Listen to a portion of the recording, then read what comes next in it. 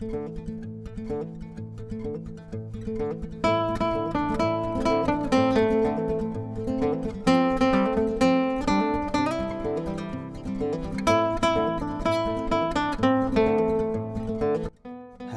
assalamualaikum warahmatullahi wabarakatuh. Jumpa lagi ya sama saya si teknisi Deso. Gimana kabar sobat semua? Baik-baik saja ya. Oke, itu di luaran becek banget guys. Hari ini itu dari pagi hingga sore hujan.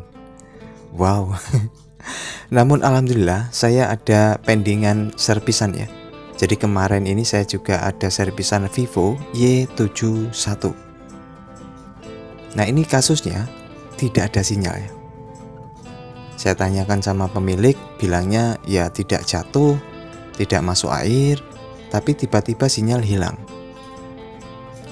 Setelah saya browsing ya, untuk Y71 ini menggunakan chipset Qualcomm. Biasanya untuk HP yang menggunakan chipset Qualcomm tidak ada sinyal itu ya WTR yang bermasalah. Itu biasanya ya, namun kita tidak tahu persis karena kita harus cek dulu, terutama cek secara manual dia dapat sinyal tidak, dia dapat operator tidak, ataupun kita coba pindahkan ke 2G. Jadi kalau ke 2G saja tidak ada sinyal, kita pindahkan ke 3G juga tidak ada, ke 4G juga tidak ada, semua tidak ada sinyal, berarti itu fix untuk WTR yang bermasalah. Karena untuk WTR ini komponen yang rentan ataupun yang rawan ya, jadi sering bermasalah. Oke, ini saya matikan HP-nya ya. Kita akan bongkar HP-nya. Jadi untuk di Vivo ini WTR juga disematkan ya, kalau di chipset Qualcomm. Namun berbeda jika sinyal untuk 2G-nya itu muncul tapi 4G-nya hilang. Itu berbeda lagi ya. Jadi untuk kasus no sinyal itu belum tentu penanganannya sama.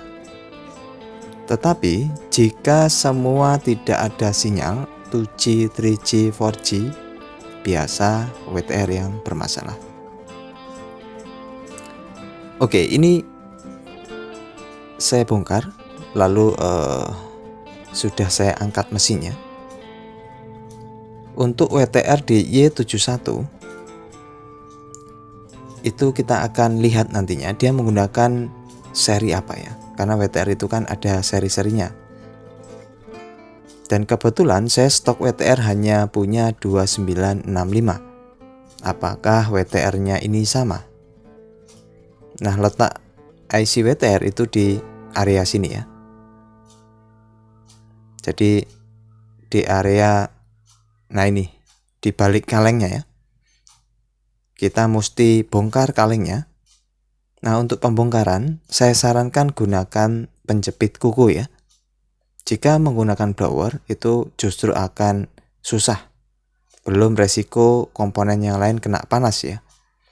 Kalau menggunakan penjepit kuku ya juga ada resiko, tapi kita bisa hati-hati ya. Sedikit lama-lama menjadi bukit ya. Itu nabung. Nggak artinya sedikit-sedikit nanti dia sampai dia tuh bisa terbuka kalengnya. Nah seperti ini, yang penting pelan-pelan dan hati-hati. Jangan sampai mengenai komponen ya, ataupun kutu-kutu yang kecil-kecil itu. Jika area yang sudah kita inginkan itu terbuka, kita bisa tinggal mainkan dengan penjepit kuku. Kita goyang-goyang terus sampai dia terlepas ya. Nah ini area IC WTR di balik kalengnya itu ya. Oke, saya ambil sebatas ini saja. Jadi nggak saya bongkar semuanya. Yang penting area WTR itu bisa kita eksekusi ya. Nah ini tinggal kita oglek. Kita goyang sampai dia tuh bisa terputus ya.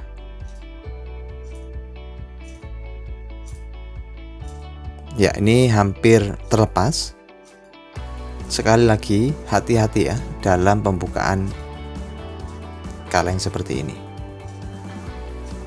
Dan pastikan semua aman. Oke, ini sudah terbuka kalengnya.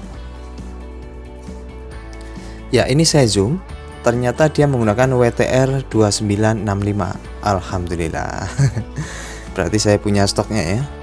Yang dulu yang saya tuh beli online itu kan saya beli 5 IC untuk 2965. Satu sudah saya pakai di Redmi 3S apa itu langsung kenceng ya sinyalnya. Nah, jadi sisa 4 yang saya punya. Oke, kita akan eksekusi IC WTR-nya. Tambahkan flux dulu, lalu siapkan blower. Kalau saya menggunakan blower Quick 850 analog dan versi KW tentunya. Saya gunakan anginnya itu 3, lalu panasnya 4 ya.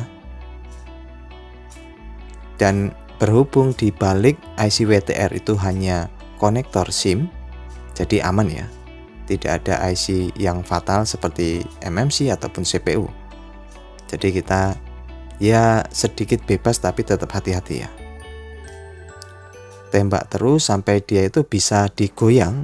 Kalau bisa digoyang berarti kita langsung bisa angkat ya. Oke, ini belum bisa digoyang. Kita fokus ya. Digoyang ini maksudnya IC, jangan yang lain. Jika bisa digoyang, lalu kita angkat. Dan untuk pemanasan ataupun untuk panas blower itu ya sesuaikan dengan kondisi blower masing-masing. Oke, ini sudah terangkat untuk WTR-nya. Lalu kita bersihkan ya. Kita solder ulang untuk kaki bekas copotan WTR. Jadi ada kaki-kaki pinnya ya. Kita ratakan dengan mata solder yang panas, lalu bersihkan. Ya, ini WTR yang pernah saya unboxing ya. Saya beli 5, 1 sudah kepake dan ini sisa 4. Mudah-mudahan ini juga jos ya. Alhamdulillah banget, saya beli 5 kemarin, 1 sudah dipakai langsung jos. Ini yang kedua, apakah ini langsung bisa work? Kita akan pasang ya. Oke, ini pastikan bahwasanya pemasangan itu harus pas ya. Posisi titik ukur itu harus pas. Jadi kondisikan titik itu sesuai ya. Jika kita itu lupa, sebelum pengerjaan lebih bagus difoto dulu ya. Posisi titiknya sebelah mana. Ataupun kita bisa lihat pola dari kaki IC-nya terhadap PCB-nya. Itu lebih gampang ya. Oke, ini sudah saya ketahui di mana letak titiknya ataupun posisinya sehingga tidak kebalik ya untuk pemasangannya. Tambahin flux sedikit saja, jangan banyak-banyak supaya kita bisa tembak blower sebentar supaya dia itu menggigit ataupun menyatu sedikit. Setelah itu, setelah dia menyatu sedikit baru kita tambahin flux ya. Nah, ini sepresisi mungkin sebelum kita tembak blower ya. Pastikan jangan menceng karena ini tidak saya cetak ulang ya, jadi saya langsung saja. Biasanya memang kalau dicetak ulang tuh lebih gampang ya, karena timahnya kan lebih empuk. Kalau dari pembelian baru kita tidak cetak ulang tuh agak keras. Jadi fokusnya kita kalau langsung pasang itu harus presisi. Lalu tembak blower sebentar supaya dia itu lengket. Setelah itu tambahin flux lagi, lalu tembak kembali. Tembak terus sampai dia itu seperti melebur. Setelah dia seperti mendidih melebur ya, lalu kita goyang atau senggol sedikit saja, dia otomatis akan presisi ya. Oke, ini proses pemasangan sudah selesai. Jadi tinggal kita dinginkan, dan ini saya rasa sudah 3 menitan dingin ya. Jadi pastikan setelah pemasangan jangan langsung bersihkan dengan thinner ya. Tunggu hingga dia dingin lalu bisa kita bersihkan. Oke, ini saya perhatikan ya, insya Allah ya, mudah-mudahan sudah presisi. Namun saya tidak tahu pasti apakah ini berhasil atau tidak WTR-nya, karena tidak selalu work ya, ataupun berhasil di saat kita itu masang. Bisa terjadi karena memang IC-nya yang kurang bagus ataupun memang kurang pas. Ya, untuk memastikan saya akan cek untuk di tegangan konektor baterainya di jalur VBAT-nya ya, nge-short tidak mesinnya. Ya, saya cek aman, tidak ada konslet. Jadi sebelum dipasang baterai, setelah kita pasang WTR, jangan langsung pasang baterai ya. Kita cek dulu kondisi mesinnya, konslet atau tidak.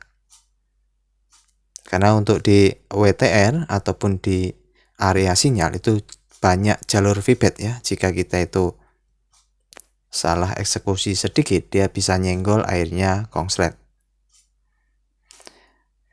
Oke, setelah dipastikan tidak konslet, kita tinggal bersihkan lagi dan kita pasang ya. Jadi untuk WTR 2965 itu banyak digunakan di chipset Qualcomm. Jadi sangat direkomendasikan buat teknisi yang baru memulai, harus punya stoknya 2965. Dan ini pemilik HP-nya kemarin juga menceritakan sudah dibawa ke counter tapi memang tidak ada IC-nya. Berarti untuk 2965 ini banyak yang nyari ya. Dan alhamdulillah beberapa waktu yang lalu saya beli online, masih ada stoknya. Dan ini sudah saya pasangkan, kita tinggal coba ya, kita tes. Jadi WTR 2965 itu banyak yang menggunakan ya, di Xiaomi, di Vivo, di Oppo. Jadi ya sebaiknya harus kita punya stoknya. Oke, ini sudah saya pasangkan. Lalu kita akan tes ya. Bismillahirrahmanirrahim. Mudah-mudahan keluar ya sinyalnya. Karena biasanya juga tergantung dari IC-nya. Kalau IC-nya itu bagus-bagus, itu mantap jiwa, mempesona. Wow, lihat guys, muncul 4G. Wow, alhamdulillah. Wah, mantap memang ini IC-nya ini. Jadi ini kedua kalinya saya pasang langsung jos ya. Jadi saya rekomendasikan, saya tidak tahu persis di toko online mana, tapi ada di video saya unboxing itu ya, saya sertakan itu. Jadi biasanya WTR itu ya kadang kalau yang bagus dipasang langsung jos ya.